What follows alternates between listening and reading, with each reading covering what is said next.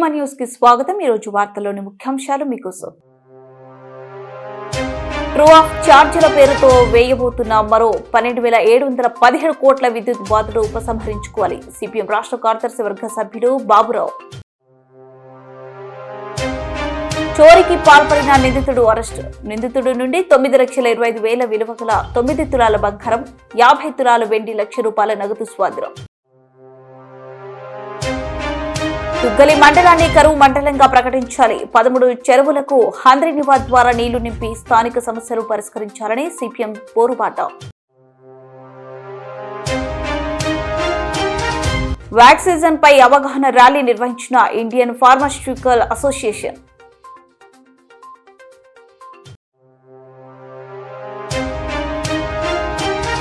CI Satish మృతిపై CBI విచారణ జరిపించాలంటూ శాలివాహన సంఘాల ఆందోళన।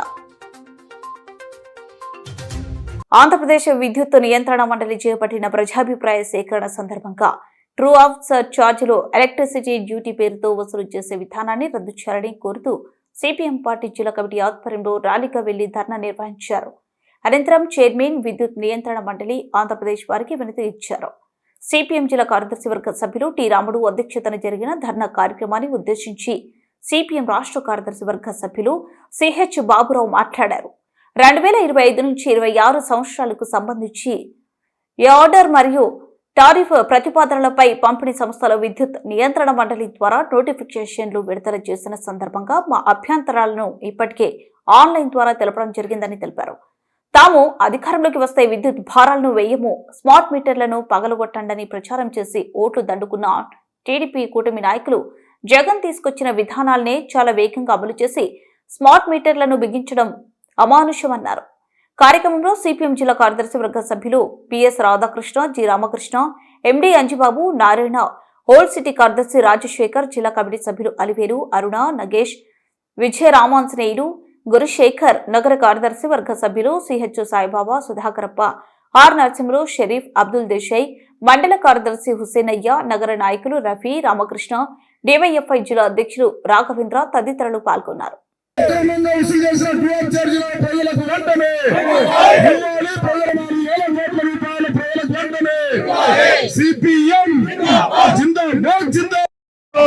రద్దు చేయాలి స్మార్ట్ మీటర్లను, రద్దు చేయాలి స్మార్ట్ మీటర్। విద్యుత్ భారాలు మోస్తున్న కూటమి ప్రభుత్వం, విద్యుత్ భారాలు మోస్తున్న కూటమి ప్రభుత్వం, విద్యుత్ భారాలు మోస్తున్న కూటమి ప్రభుత్వం।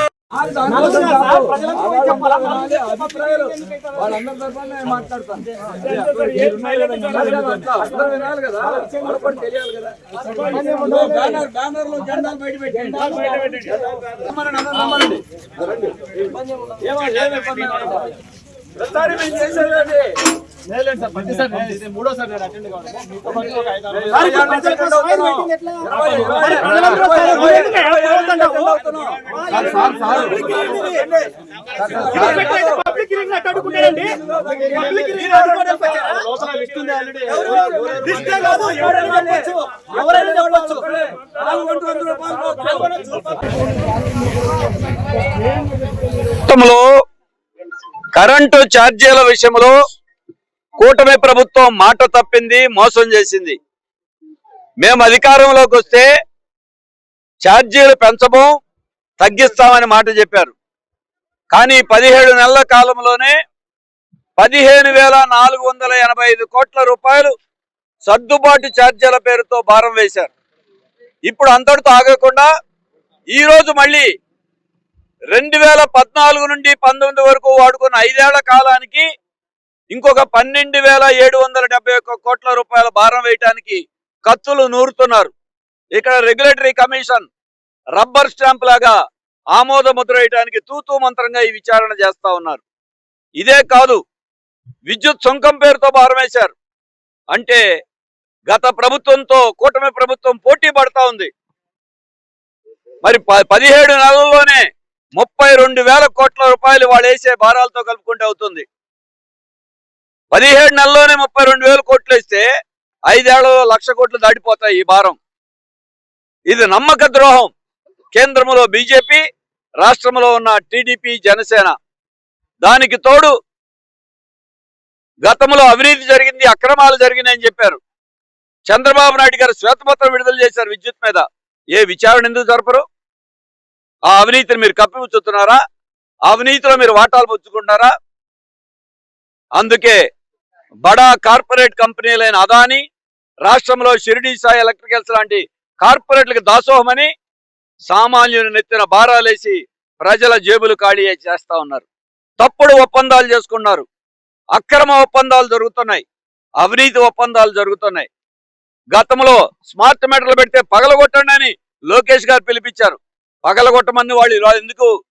కర్నూలు జిల్లా ఎస్పీ విక్రాంత్ పాటిల్ ఐపీఎస్ ఆదేశాల మేరకు కర్నూలు డీఎస్పీ బాబు ప్రసాద్ పర్యవేక్షణలో కోడుమూరు సర్కిల్ ఇన్స్పెక్టర్ తాబ్రేజ్ మరియు C Belagal police station SI U Venugopal Raju ఆధ్వర్యంలో ఏఎస్ఐలు Nagaiah, head constable Thimmappa, constable Mallikarjuna, Sudhakar, Bhaskar, Sudarshan మరియు సత్యరాజులో ప్రత్యేక బృందంగా ఏర్పడి సి బెళకాల్ మండలం తిమ్మందొడ్డి గ్రామంకు చెందిన నిందితుడు గిర్ని వెంకటేష్ ను అరెస్టు చేసి 9 తులాల బంగారు ఆభరణాలు, సుమారు 50 తులాల వెండి, ₹1,00,000 నగదును స్వాధీనం చేసుకున్నారు.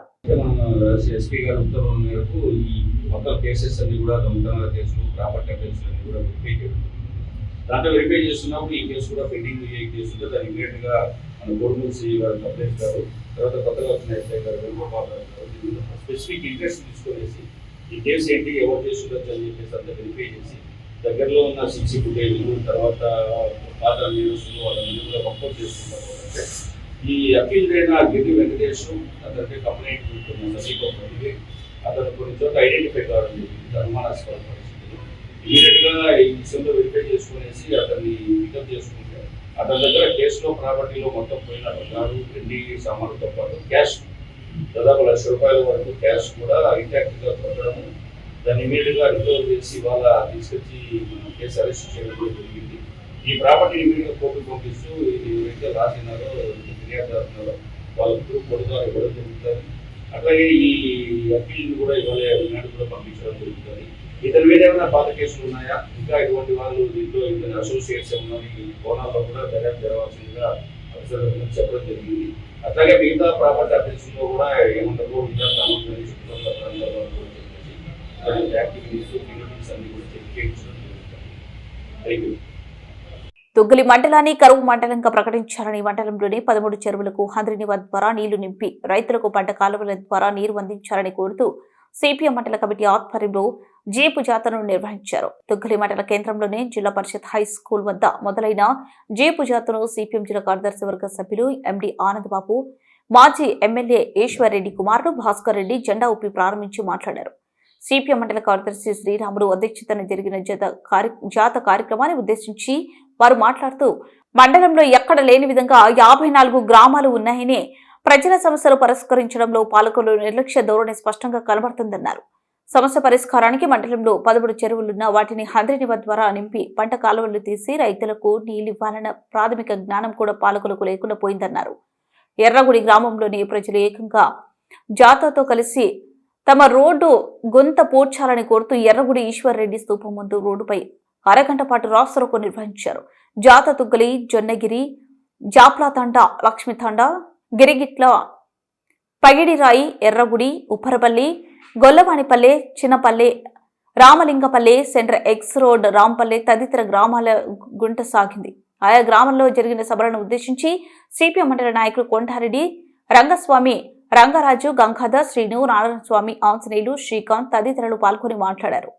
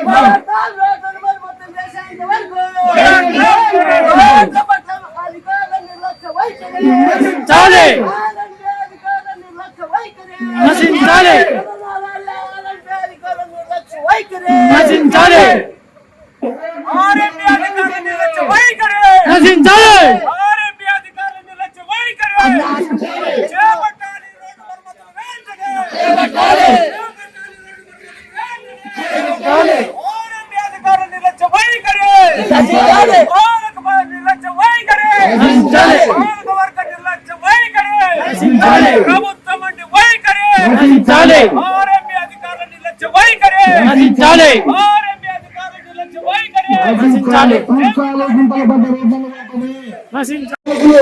ఓడుతా ఉన్నారు. అందుకోసమే మన దీనిపైన ప్రశ్నించాలి, మాట్లాడాలి, అడగాలి. అడగకపోతే అమ్మాయినా అన్నం పట్టదని చెప్పేటువంటి సామెత మనందరికీ తెలుసు. లేదు మన ఓట్లతో వ్యతిరేకమైనటువంటి పాలకులైనా మన గురించి ఆలోచిస్తారా అంటే వాళ్ళు ప్రతిపక్షంగా ఉంటే ఆలోచిస్తారు తప్ప అధికార పక్షంగా ఉంటే మాత్రం ఆలోచించేటువంటి పరిస్థితి లేదు. ఎందుకు చెప్తా ఉన్నాను ఈ మాట? 3 సంవత్సరాల క్రితం ఈ ప్రాంతంలో ఉన్నటువంటి హనుమంతుడు రైతు 4 ఎకరాలు తన సొంత భూమి ఉంటే 10 ఎకరాలు కౌలు తీసుకొని రైతు కాబట్టి మీడియా ఆధారంగా జీవిస్తే అక్కడ నష్టపోతే ఆత్మహత్య చేసుకుని చచ్చిపోయాడు. అప్పటి నుండి ఇప్పటిదాకా అడుగుతూనే ఉన్నారు. రోజు పోమని చచ్చిపోతున్నారు తప్ప ఈ ప్రాంతాన్ని మాత్రం కనుక్కోలేదు. మరి నీళ్ళు లేవు, నిధులు లేవు. పచ్చి కరువు తోటి రైతులు ఇబ్బంది పడతా ఉన్నారు. ఇది టమాటా రైతైనా ఉల్లి రైతైనా చాలా దుర్మార్గమైన ఇబ్బందులు ఎత్తుపడుతున్నారు. ఈ ప్రాంతంలో సద్దా లేదా కంది అలకంగా వేసేటువంటి రైతులు మనం చూసాం. సద్దా ప్రారంభంలో ఏదైనా ఉంటుంది, తర్వాత ఎంతో దిగజారుకుంటూ పడిపోయింది అని చెప్పేసి కందికి నేర్చుకోలేటువంటి పరిస్థితి. చాలా పొలాల్లో మేము వచ్చేటప్పుడు పరిశీలన చేసుకుంటూ వస్తే ఎక్కడ కూడా కంది సరిగా పడినటువంటి పరిస్థితి ఉంది. ఈ రకంగా రైతులు తీవ్ర వ్యవస్థలో ఉంటే మరి ఈ ప్రాంతాన్ని కరువు ప్రాంతాన్ని ప్రకటించకుండా ఇంకే ప్రాంతాన్ని ప్రకటిస్తారని చెప్పేసి అవకాశం పెట్టి అవసరం ఉంది అని చెప్పేసి మా అందరికీ నేను తెలియజేస్తా ఉన్నాను. అందుకోసమే పాలకులు ఎలాగో మాట్లాడలేదు కాబట్టి కనీసం ప్రజలైనా మాట్లాడాలి, ప్రజలు చర్చించాలి, ప్రజలు ప్రశ్నించాలి, ప్రజలు నిలదీయాలి. ఆ రోజు మాత్రమే మన సమస్యల పరిష్కారం అనేటువంటిది ఉంటుంది. అందుకోసమే ఒక దీక్ష పోని సిపిఎం పార్టీగా మేము గ్రామాల తిరుగుతాం, ప్రజలు తప్పి నేర్చుకో చైతన్యం చేస్తాం, వాళ్ళు మాట్లాడే వాళ్ళుగా తయారు చేసుకోకపోతే ఈ జీవితాంత కార్యక్రమాన్ని నిర్వహిస్తా ఉన్నాం. ఈ రోజు రేపు నిర్వహించడంతో పాటు 20వ తారీఖు ఆర్మీలో కార్యాలయం ముందు కంపల్సరీ ఆందోళన చేయబోతా ఉన్నాం. ఈ ఆందోళనకు మనమంతా పాల్గొనాలి. ఎందుకంటే గౌరవం వస్తుందా అని చెప్పేసి అనుకుంటే కుదరదు. అప్పుడు భాషలకు మాట్లాడాలని కోరుతున్నాను.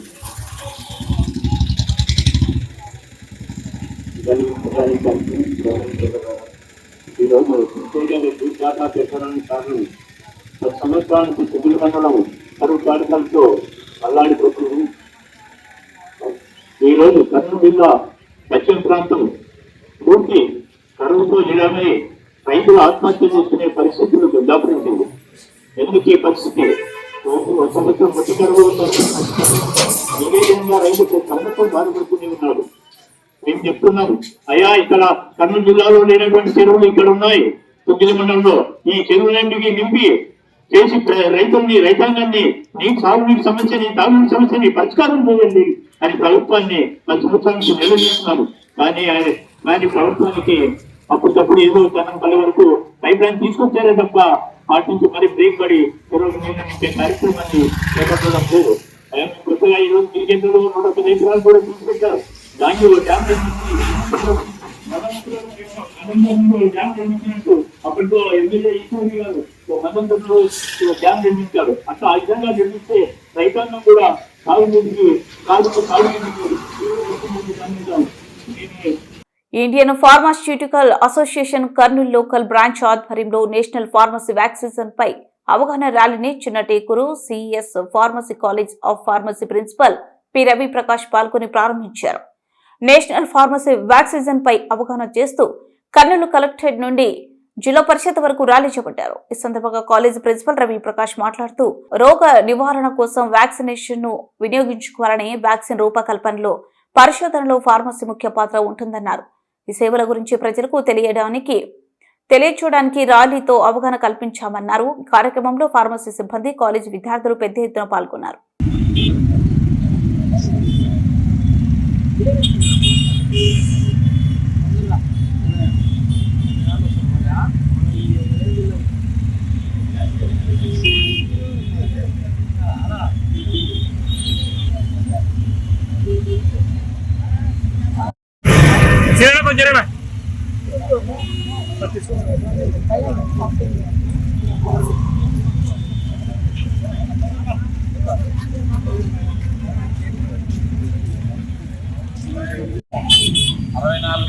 నేషనల్ ఫార్మసీ వారోత్సవాల సందర్భంగా నేను ఇండియన్ ఫార్మస్యూటికల్ అసోసియేషన్ బ్రాంచ్ మరియు creative educational society college of pharmacy సంయుక్తంగా ఈ వారోత్సవాలను నిర్వహిస్తున్నాము. ఈ సంవత్సరం ప్రత్యేకత ఏంటంటే ఫార్మసిస్టుల ప్రాముఖ్యత వ్యాక్సినేషన్ ప్రోగ్రాంలు అనే దాని గురించి ప్రజలకు అవగాహన కల్పించేదానికి వివిధ ప్రోగ్రామ్స్ మేము కండక్ట్ చేస్తున్నాము. ఈ వారం మొత్తం మీద అన్ని కళాశాలల విద్యార్థులను మా కళాశాలలో జరిగే ప్రోగ్రామ్స్కి ఆహ్వానించి ఈ వ్యాక్సినేషన్ ప్రోగ్రాంలో ఫార్మసిస్టుల ప్రాముఖ్యత గురించి వివరిస్తున్నాము. అడ్మినిస్ట్రేషన్ నుంచి తయారీ నుంచి మరియు ఈ వ్యాక్సినేషన్ కోల్డ్ చైన్ ప్రాసెస్ అనేది ఉంటుంది, అది ఎలా మెయింటైన్ చేయాలి అనే దాని గురించి ఫార్మసిస్టుల ప్రాముఖ్యత చాలా ఉంది. ఈ విషయంలో మా ఇంతకుముందు వ్యాక్సిన్స్ను కేవలం డాక్టర్స్ కానీ నర్సులు కానీ అడ్మినిస్ట్రేట్ చేయడానికి అధికారం ఉంది. WHO రెగ్యులేషన్స్ మార్చిన తర్వాత 2020 కోవిడ్ తర్వాత మన భారత ప్రభుత్వం కూడా 2020 నవంబర్ 23 నుంచి ఈ వ్యాక్సిన్స్ అడ్మినిస్ట్రేషన్కు ఫార్మసిస్టులకు కూడా వాళ్ళ పాత్ర కూడా ఇంపార్టెంట్ అని చెప్పి వాళ్ళని కూడా దీంట్లో ఇన్వాల్వ్ చేయడం జరిగింది. ఈ విషయాన్ని ప్రజలందరికీ తెలిపడానికి ఇండియన్ ఫార్మసిటికల్ అసోసియేషన్ ఈ వారోత్సవాలకు ఈ విషయంపై ప్రత్యేకంగా దృష్టి సారించింది. కాలేజ్ ఆఫ్ ఫార్మసీలో వర్క్ చేస్తున్నాను. ఇక్కడ ఏంటంటే ఐపీఏ కర్నూలు లోకల్ బ్రాంచ్ మరియు creative education society college of pharmacy సంయుక్తంగా ఐపీఎస్ 64th ఫార్మసీ సెలబ్రేషన్ చేస్తున్నాము. సో మనం గత 13 సంవత్సరాలుగా అవేర్నెస్ ప్రోగ్రామ్స్ అనేది కండక్ట్ చేస్తున్నాం.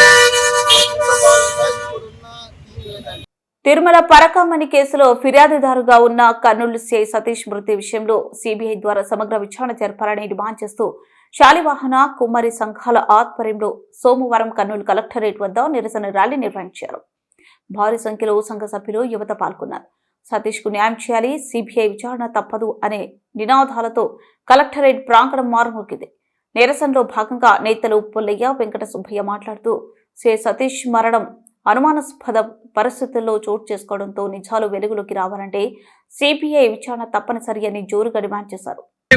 మనం నడిచి బీసీలంగానే కాపాడకపోతే ఇప్పుడు టీడీపీ గవర్నమెంట్ అనే బీసీ అంటేనే టీడీపీ గవర్నమెంట్ అని చెప్పి మాకు ఒక ఆలోచన ఆనందం కూడా ఉంది. ప్రజాప్రతినిధి వెళ్తుంటే ఆయనకు ఒక 4 సెక్యూరిటీ ఉంటారు. అర్థం కావడంలే, ఒక పోలీస్ ఆఫీసర్ ని కూడా మీరు పట్టించలేకపోతే మామూలు మాలాంటి ప్రజలకు ఏం రక్షణ ఇస్తారయ్యా? దయచేసి మా వారికి ఈ యొక్క హత్య పైన సిబిఐ దర్యాప్తు జరిపించాలి, దోషులను కఠినంగా శిక్షించాలి. ఒక పోలీస్ ఆఫీసర్ కి రక్షణ కల్పించలేని ఈ ప్రభుత్వం సిబిఐ ఎంక్వైరీ చేయాలా. అలాగే మన ఒక్క పిలుపు మేరకు ఈరోజు మా బంధుమిత్రులు, మా బంధువులు, ఇలా బీసీ కులాలు అందరూ కలిసి కూడా నాకు న్యాయం చేయడానికి వచ్చింది. ప్రతి ఒక్కరికి ధన్యవాదాలండి. తెల్లవారుజామున 3 గంటలకు బయలుదేరి 13వ తేదీ తెల్లవారుజామున 3 గంటలకు బయలుదేరినటువంటి సతీష్ కుమార్ గారు తెల్లవారేసరికి విగత జీవిగా తాడిపత్రి దగ్గర పడి ఉండడం చాలా దారుణం. దీన్ని ముక్త కంఠంతో శాలివాహన సోదరులమంతా, బీసీ సోదరులమంతా ఖండిస్తున్నాము. ఒకటి, ఇది ఏదో రాత్రికి రాత్రి జరిగినటువంటి హత్య కాదు. ఖచ్చితంగా దీని వెనకాల చాలా మంది పెద్దలు ఉన్నారు. ఎందుకంటే ప్రభుత్వం వీటిని బాగా గుర్తించాలి. గత నెల 6వ తేదీ ఆల్రెడీ ఒకసారి సిఐడి విచారణకు హాజరయ్యారు. హాజరైన తర్వాత మళ్ళీ కూడా ఒకసారి పిలుస్తామని చెప్పారు సిఐడి అధికారులు. కానీ బయలుదేరిన వెంటనే తెల్లవారుసరికి ఒక విగత జీవిగా ఏర్పడడం చాలా దారుణం. ఎందుకంటే ఇది ఒక మా శాలివాహన బిడ్డ మీద జరిగినటువంటి హత్య కాదు, ఇది ఒక వ్యవస్థ మీద జరిగినటువంటి హత్య. ఎందుకంటే దీనికి ప్రభుత్వం నిజంగా ఈ యొక్క సతీష్ కుమార్కి న్యాయం చేసి ఖచ్చితంగా న్యాయం చేయాలి. ఎందుకంటే సతీష్ కుమార్ గారు ఆయన నమ్ముకున్న సిద్ధాంతానికి సమాజంలో ఎక్కడ కూడా అన్యాయం, అక్రమాలు జరగవద్దని చెప్పేసి, ఎందుకంటే ఆ వెంకటేశ్వర స్వామికి మా కుమ్మరులే మొట్టమొదటిసారిగా ప్రసాదం నైవేద్యం ఎక్కించేది. ఆంధ్రప్రదేశ్ ను పెట్టుబడులు అగ్రగామిగా మార్చే దిశగా ముఖ్యమంత్రి నారా చంద్రబాబు, మంత్రి నారా లోకేష్ తీసుకుంటున్న నిర్ణయాలకు విశాఖలో జరిగిన సిఐఐ భాగస్వామ్య సదస్సు పెద్ద వేదికగా నిలిచిందని కర్నూలు జిల్లా టీడీపీ అధ్యక్షుడు పాలకుర్తి తిక్కారెడ్డి తెలిపారు. కర్నూలు జిల్లా టీడీపీ కార్యాలయంలో సోమవారం ఏర్పాటు చేసిన మీడియా సమావేశంలో ఆయన మాట్లాడుతూ ఈ సదస్సు రాష్ట్రానికి పెట్టుబడులు యుగానికి నాంది పలికిందన్నారు. పరిశ్రమలను ఆకర్షించడంలో చంద్రబాబు తన నైపుణ్యాన్ని మరోసారి రుజువు చేశారన్నారు. ఏపీ అమలు చేస్తున్న స్పీడ్ ఆఫ్ డూయింగ్ బిజినెస్ విధానం, సింగిల్ విండో ద్వారా వేగవంతమైన అనుమతులు పరిశ్రమలకు ప్రధాన ఆకర్షణలుగా మారాయన్నారు. సదస్సులో మొత్తం 613 ఒప్పందాలు, 13.25 లక్షల కోట్ల పెట్టుబడులు, 16 లక్షలకు పైగా ఉద్యోగాల సృష్టి పెట్టుబడిదారులు విశ్వాసానికి సాక్ష్యమని తిక్కారెడ్డి పేర్కొన్నారు. 35 సంస్థలు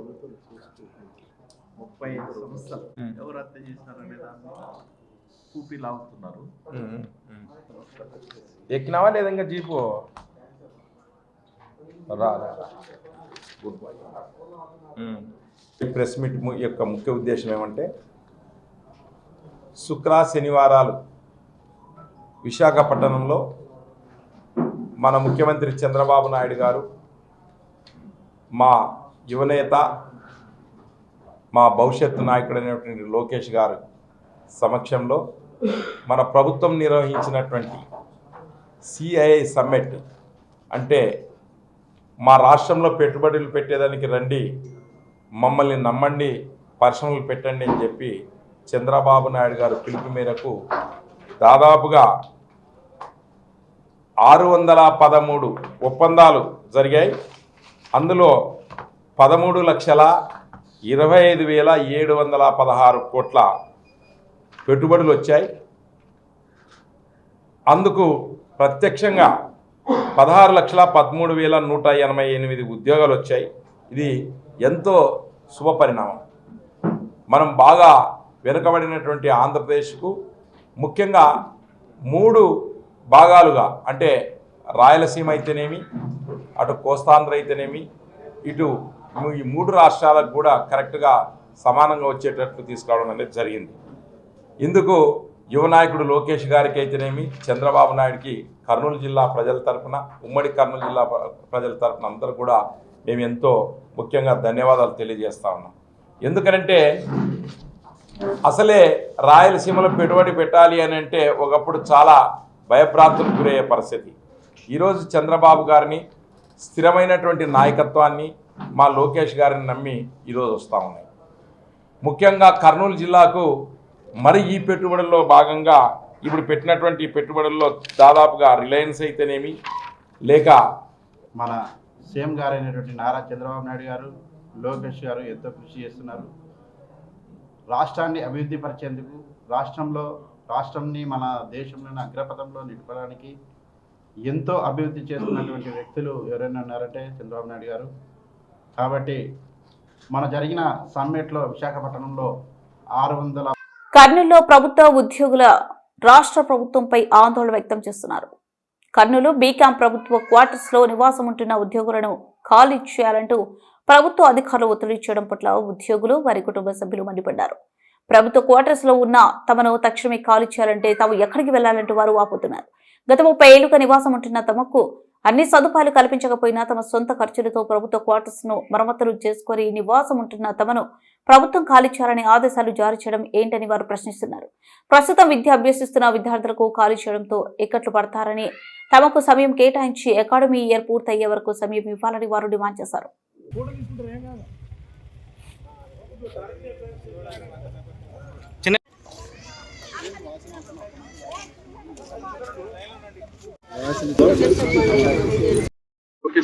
హాయ్ సార్, గుడ్ మార్నింగ్. నా పేరు పావని.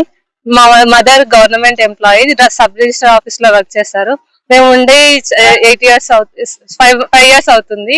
కానీ ఇక్కడ మేము అన్ని అలాట్మెంట్ అవన్నీ చేయించుకున్నాము, అయినా కానీ ఖాళీ చేయమని చెప్తున్నారు. ఇంతకు ముందు వచ్చినప్పుడేమో అడిగామన్నమాట, మేము కూడా ఖాళీ చేయాలా అంటే అలాట్మెంట్ ఉన్న వాళ్ళకి లేదు, మామూలుగా ఉన్న వాళ్ళకైతేనే ఖాళీ చేయాలి అని చెప్పారు. అయినా కానీ లేదు సార్, మేము ఉంటాము అని చెప్పాము. ఎవరు వస్తారా అంటే కలెక్టర్ ఆఫీస్ లో వెళ్ళి మాట్లాడండి అని కూడా చెప్పారు. అక్కడ కూడా వెళ్ళి మాట్లాడి మేము అలాట్మెంట్ చేయించుకున్నాము. కానీ ఇప్పుడు మాకి 4 పిల్లలు ఉన్నారు సార్. మా అమ్మకి మేమందరం స్టడీస్ చదువుతున్నాం. మాకు ఇక్కడ ఉంటే అన్నిటికీ అవైలబుల్ గా, అన్నిటికీ మంచిగా మాకు అందుబాటులో అన్ని ఉన్నాయి. కానీ ఇప్పుడు మేము మళ్ళీ అన్ని కలిసి దూరం వెళ్ళాలి అంటే మా స్టడీస్ కి ఇబ్బంది అవుతుంది, పిల్లలకి ఇబ్బంది అవుతుంది, సో అందరికి ఇబ్బంది అవుతుంది. ఇక్కడ ఉన్న వాళ్ళందరూ కూడా మన వాళ్ళే కదా సార్. మేమందరము ఇక్కడ ఉండి మాట్లాడుకొని అంతా ఇది చేసుకోవాలని అనుకున్నాం. కాబట్టి మా కోసం ఇంతమంది వచ్చారు కాబట్టి మేము కావాలంటే ఇక్కడ నుండి కలెక్టర్ ఆఫీస్ కి వెళ్ళి ర్యాలీ చేయమనడానికి కూడా మేము కరెక్ట్ ఇబ్బందిగా ఇది అవుతాం సార్. కానీ మేము అయితే చెప్పడం కరెక్ట్. మాకైతే ఇక్కడ మాకు ఇంకా 2 years అపాయింట్మెంట్ చేయించేలా చేయమని చెప్పి అడుగుతున్నాం. మేము ఇంకా క్వార్టర్స్ కి అయితే మేము ఇక్కడే పర్మనెంట్, మా మదర్ కి 15 years వరకు ఉంది సార్. అలాట్మెంట్ చేయించుకొని 15 years ఉందని చెప్పేసి మేము ఇల్లు మొత్తం బాగా చేయించుకున్నాం. మాకు 1 lakh ఖర్చు అయింది సార్. 1,15,000 ఖర్చు అయింది. పాలిష్ బండలు వేయించుకొని ఇల్లు మొత్తం సిమెంట్ వేయించుకొని పెయింటింగ్స్ అవి ఇవి అన్ని చేయించుకున్నాం సార్. సడన్ గా మీరు ఇప్పుడు ఇల్లు ఖాళీ చేయమంటే మేము ఎక్కడ వెళ్తాం చెప్పండి సార్. స్టడీస్ కి చాలా ఇబ్బంది అవుతుంది, అన్నిటికీ ఇబ్బంది అవుతుంది సార్. మా చెల్లెలు బీటెక్ చదువుతుంది, నేను MBA చదువుతున్నాను. మా తమ్ముడు ఇంటర్ 2nd year చదువుతున్నాడు. నాతో ఇంకా ఫ్రెండ్స్ అందరు ఇక్కడే సర్కిల్, బ్యాక్గ్రౌండ్ సర్కిల్ మాకు ఇక్కడే ఉంది సార్. కానీ అందరి స్టడీస్ కి దూరం అవుతుంది సార్. కాబట్టి మీరు కొంచెం ఆచరించి పిల్లలందరి స్టడీస్ ని చూసి కొంచెం పెద్దవాళ్ళగా మీరు అందరు కనికరిస్తే బాగుంటుందని కోరుకుంటున్నాను. న్యాయం జరుగుతుందని మేము అనుకుంటున్నాము. పావని సార్ నా పేరు. మేము కర్నూలు టౌన్ లో, కర్నూలు డిస్ట్రిక్ట్ హెడ్ క్వార్టర్స్ లో ఉన్నటువంటి ABC camps government quarters residence welfare association తరఫు నుంచి మేము మాట్లాడుతున్నాము. దయచేసి ఇప్పుడు ప్రభుత్వము ఏదైతే ప్రపోజల్ చేస్తుందో ఈ డెమాలిషన్ కు గవర్నమెంట్ క్వార్టర్స్ ని మేము ఈ ఆలోచనని పునరాలోచించాలని చెప్పేసి ఈ నిర్ణయాన్ని పునరాలోచించాలని చెప్పేసి మేము దేవనకొండ మండలంలో సాగునీటి సమస్యలపై CPM పోరుబాట కార్యక్రమం నిర్వహించింది. మండలంలోనే తారనేకల్ నుండి బైక్ యాత్ర 35 బైకులు 45 మంది పార్టీ కార్యకర్తలతో అట్టహాసంగా ప్రారంభించారు. కార్యక్రమాన్ని CPM జిల్లా కార్యదర్శి కామ్రేడ్ గౌస్ దేశాయ్ ప్రారంభించారు. కార్యక్రమంలో ఆలూరు ఎమ్మెల్యే బి విరూపాక్షి పాల్గొని సంఘీభావాన్ని ప్రకటించారు.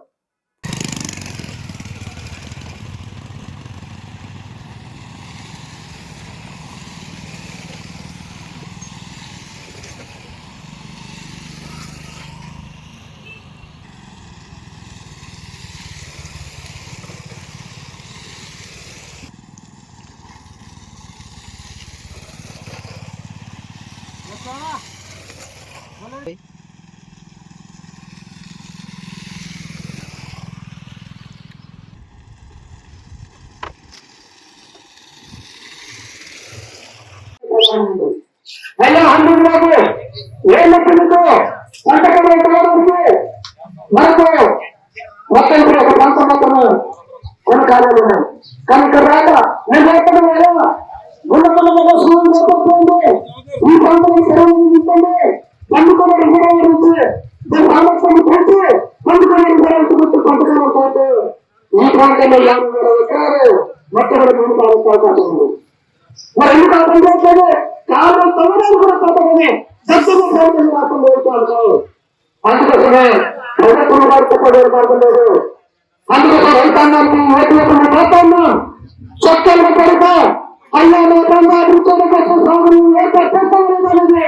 ఏడాదిపోతున్నా ఇంకోసం మాట్లాడు అక్కడ కాంతి చూసి ఆమె పురుగులు వచ్చేది ఎక్కడికి మనకు వచ్చిందో అక్కడ మన రైతాంగం మన తెలుగులో ఉన్నది బాగుంటుంది తప్ప లేకపోతే రాజకీయ బట్టలు కొమ్మలే తప్ప మూడు గట్టి మనకు మాత్రం ఉండదు. అందుకోసం మన కాలం పిల్లలు రక్తాలన్నా మన పిల్లలు బాగా చదవాలన్నా ప్రభుత్వం కంటే కుటుంబంలో రావాలన్నా మన ప్రాంతంలో సాగులో వార్తలు ముగించే ముందు ముఖ్యాంశాలు మరోసారి. ట్రూ ఆఫ్ ఛార్జీల పేరుతో వేయబోతున్న మరో 12,717 కోట్ల విద్యుత్ బాధలు ఉపసంహరించుకోవాలి. CPM రాష్ట్ర కార్యదర్శి వర్గ సభ్యుడు బాబురావు. చోరీకి పాల్పడిన నిందితుడు అరెస్టు. నిందితుడి నుండి 9,25,000 విలువ గల 9 తులాల బంగారం, 50 తులాల వెండి, ₹1,00,000 నగదు స్వాధీనం. తుగ్గలి మండలాన్ని కరువు మండలంగా ప్రకటించాలి. 13 చెరువులకు హంద్రీనివా ద్వారా నీళ్లు నింపి స్థానిక సమస్యలు పరిష్కరించాలని CPM పోరుబాట. వ్యాక్సిజన్ పై అవగాహన ర్యాలీ నిర్వహించిన ఇండియన్ ఫార్మాస్యూటికల్ అసోసియేషన్.